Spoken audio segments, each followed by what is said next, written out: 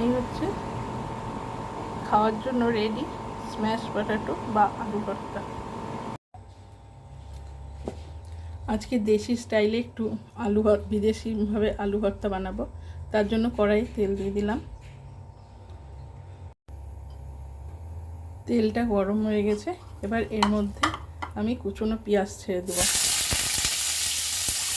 তো এটা কিছুটা হচ্ছে আপনার দেশি স্টাইলে বিদেশি ম্যাশ পটেটো করব।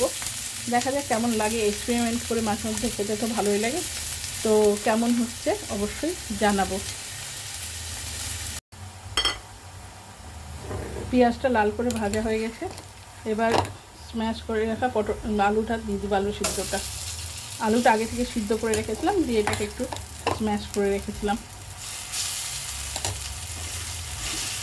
এবার এটাকে ভালো করে মিশিয়ে নিব। এবার এর মধ্যে দিয়ে দিব হচ্ছে লবণ স্বাদ মতো, আর দিব হচ্ছে কাঁচা লঙ্কা কুচি।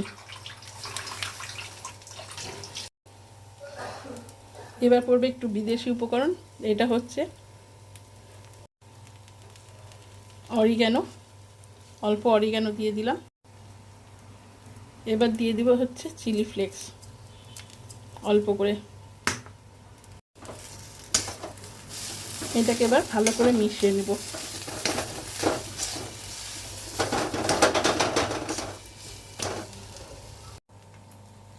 এবার এর মধ্যে দিয়ে দেবো 1 চামচ বাটার। অরিগ্যানো আর চিলি ফ্লেক্স দেওয়ার জন্য এত সুন্দর একটা গন্ধ বেরিয়েছে, মানে দারুণ।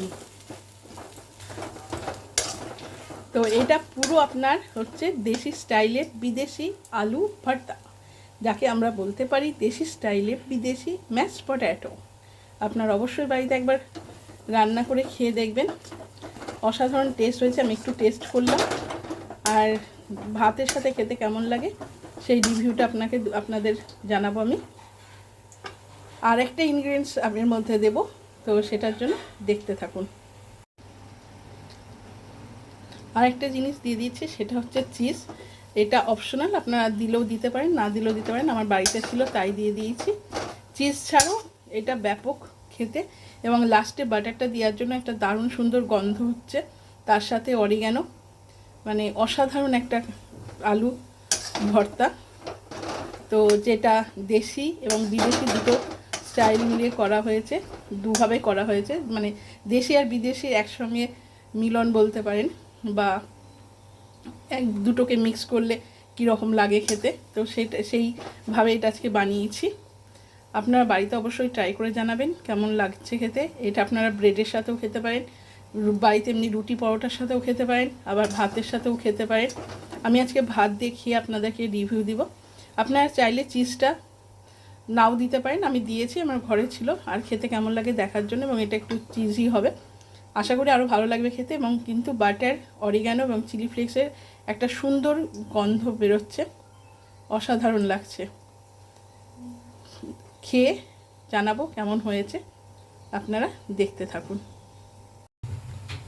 এই হচ্ছে এটার ফাইনাল লুক, সমস্ত ইনগ্রিডিয়েন্টস দিয়ে তৈরি করা দেশি এবং বিদেশি দুটোকে একসাথে করে স্ম্যাশ পটেটো বা আলু ভর্তা।